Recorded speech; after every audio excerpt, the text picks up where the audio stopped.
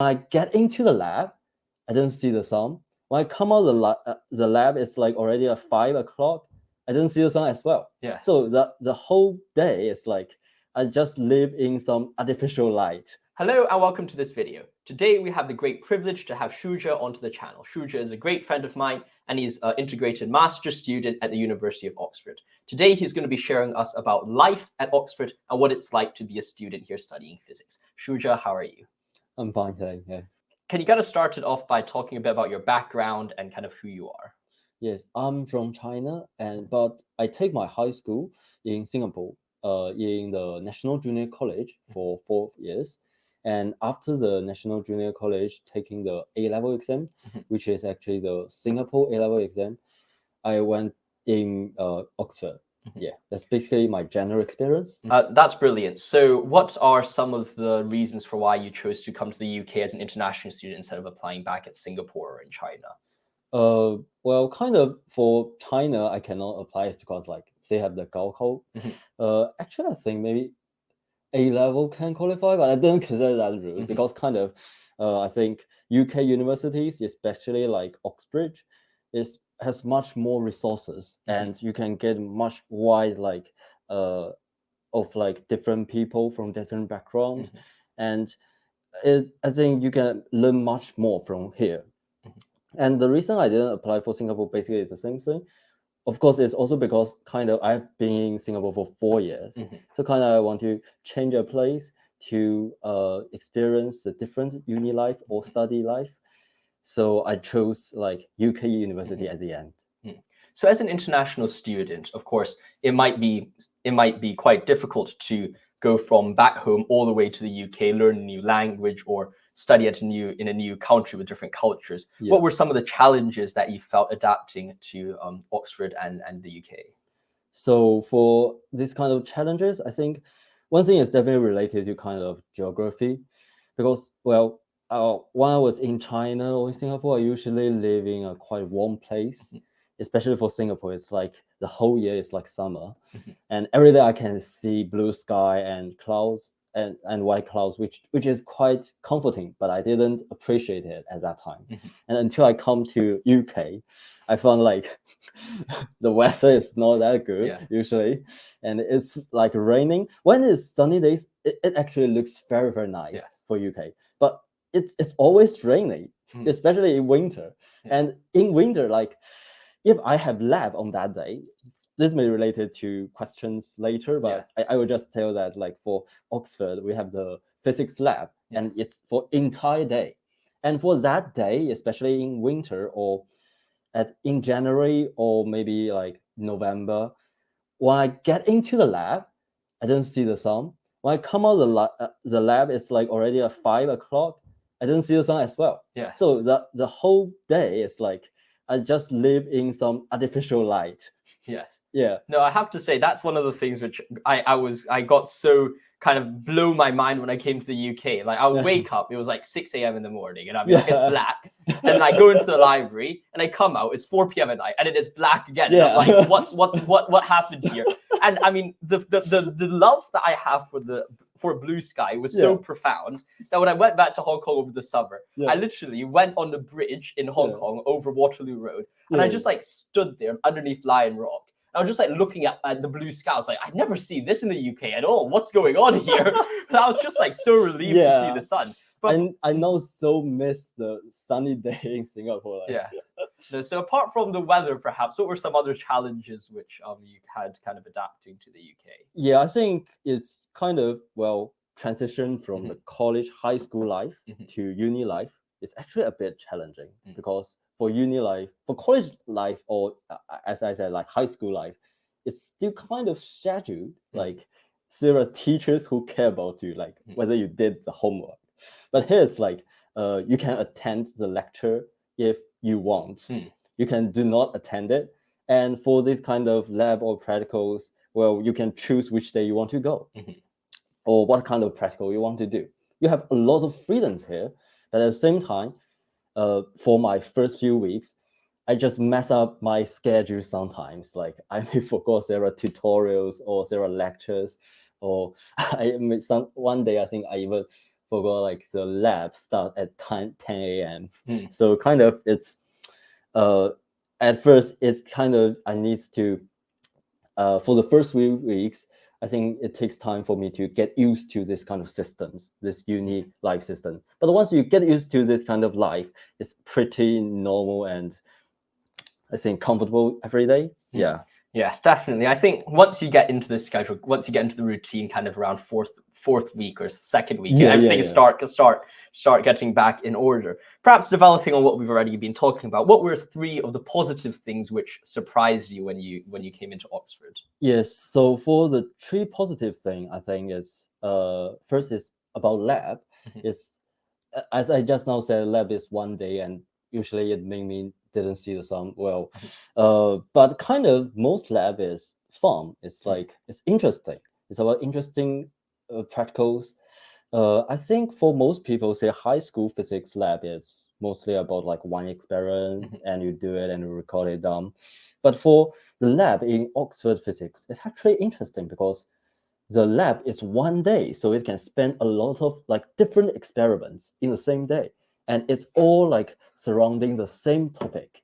It's surrounding the same problems. For example, it may be about I think one is about like the rotation motion, and well, there are different experiments to do the same thing about it. And there's one experiment I think it's about electron, and there are 3 different very interesting experiments all surrounded about electrons.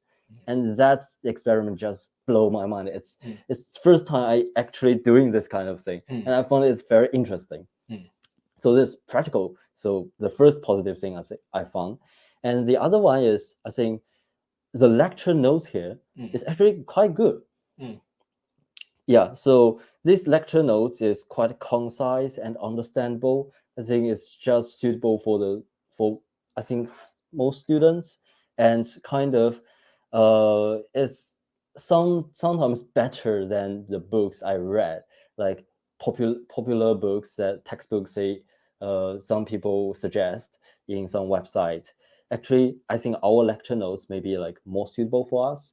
Yeah, but well, just a side note, it doesn't mean the lecture is good. Yes, we'll come back to that in a bit. But yeah, and lastly, it's like for I think for physics departments, the positive thing is there are a wide range of talks in physics department, and I think one very impressive talk I attended is definitely from Penrose, the Nobel Award winner, and basically that talk he talked about like some stuff about cosmology, and actually it's quite interesting, and it's even more impressive if you consider like he is already like 90 something years old, and he is still giving a talk in Oxford. I think this is something like only Oxford you can experience.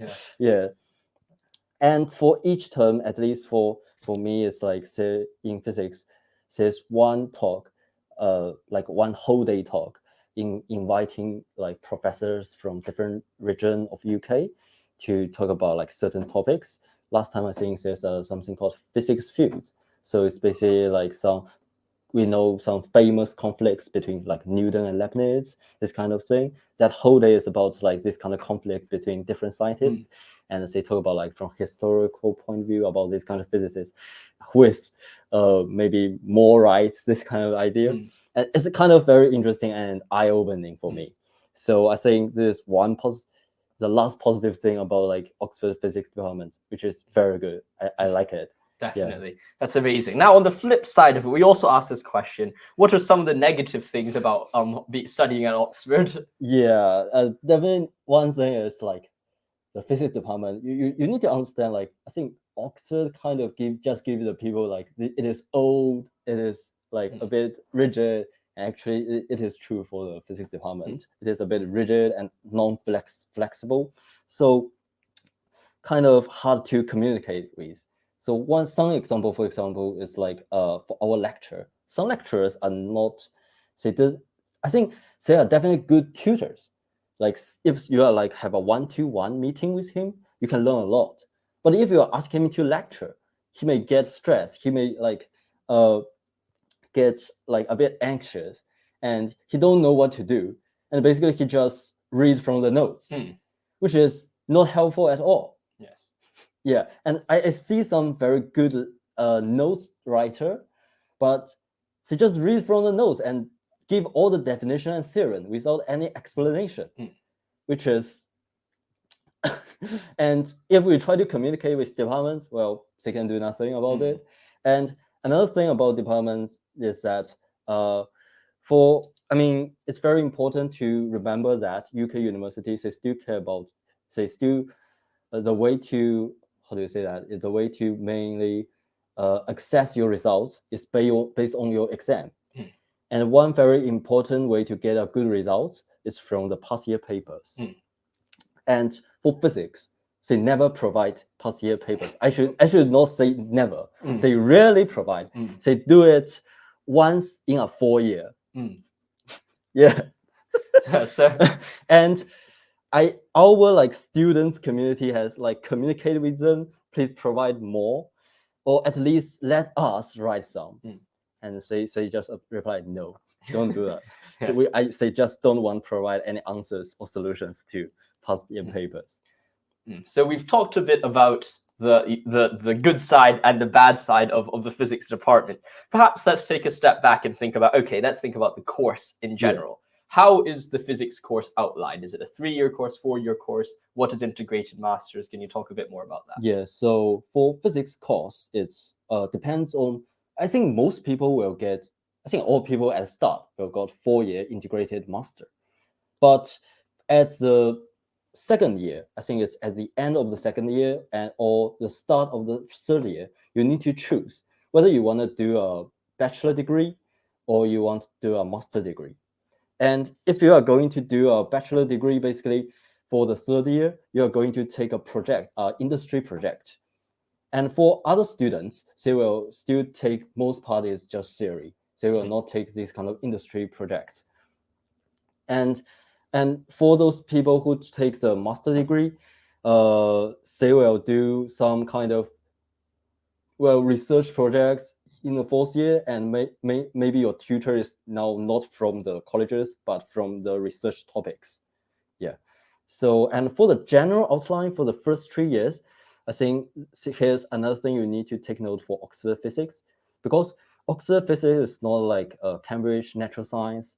So kind of try to teach you everything you need for physics. So kind of there's a very limited options here. So for the first year, basically you just follow the lecture schedules they give. So what you learn is like, for first is classical mechanics, and there's some basic electrodynamics, and there's also optics and circuit theory. I think basically that's all for the first year about physics, and other thing is basically just math, vector calculus, multivariable calculus, and also some probability, I think. Yeah, that's for the first year. And for first year, I think there are 3 short options you can choose. But well, these are called short option for a reason. They only exist for 1 term. And well, they are also graded, but not that significant. So kind of for first year, you don't have that much option. And for the second year, it's basically still the same thing. You don't have that much option. And you have thermodynamics, electrodynamics, you have quantum physics. These 3 big physics topics just all come in second year. And other things you learned, like analog electronics or optics, are just some small topics that won't even be exempt. Yeah. But for second year, the good thing is you can kind of have a flexible, practical, and short option choice. So kind of you can choose to do more practicals and maybe just 1 short option, or you can choose to do less practical and 2 short options. So kind of now there's a flexibility in second year. And for third year, you may say, oh, wow, now maybe I'm able to choose a specialty.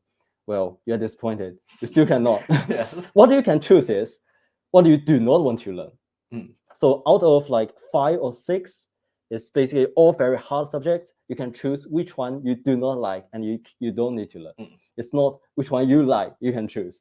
So out of, I think, the 5 topics in third year they're all very big topics. Well, like general relativity, there's also particle physics, there's also condensed matter, there's also, I think, wait, let me remember it, like, oh yes, fluid dynamics. Yeah, basically these are the main 4. The other few I forgot, but basically they are all very difficult subjects. Yeah, so kind of you need to choose which one you don't like, and well, it is going to be very challenging in the third year because all these subjects are hard and long.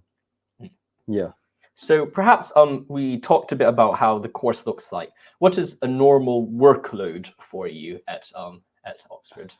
Yeah, workload for me, I think it's still fine. It's well, for my college, it's college dependent, I think, but I think my college can be a good case for general case. So in my college, we have 2 tutorials in roughly 1 week.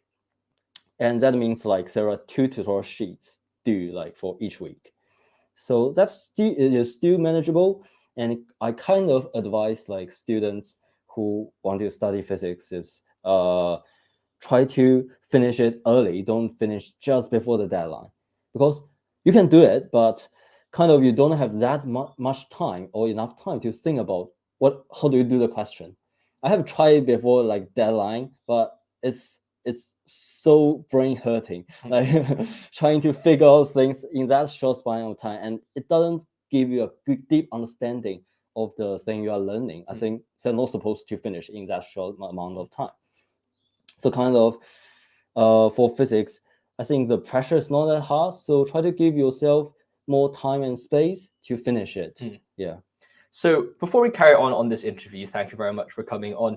I would like to tell you that if you do want to have more of these interviews, then make sure you go check out our YouTube channel, Logos Education, and like and subscribe to this for more videos. We have another interview with ShuZhe on this channel about how he got into Oxford physics. So if you're thinking about applying, that's a must-watch interview. And also we talk to students at top universities in the UK and the US, and some in Hong Kong as well. Now, as you can see, you might be thinking, what are these books on the table? Well, these books are the UCAS Bible and the US College Guide. I've written these 2 books to give you affordable and accessible college application information. You might be looking at college applications and you're not sure where to start, and see all these very expensive kind of college consultant services out there. You don't need to go to them straight away. Here are some tips and tricks which have gotten students like me, ShuZhe, and everything like that into top universities like Oxbridge, like your Ivy Leagues, and so much more. So go check them out. Link will be in the description below. It really helps us out, and it really helps us continue this mission of sharing affordable and top quality college consulting admissions advice to the world.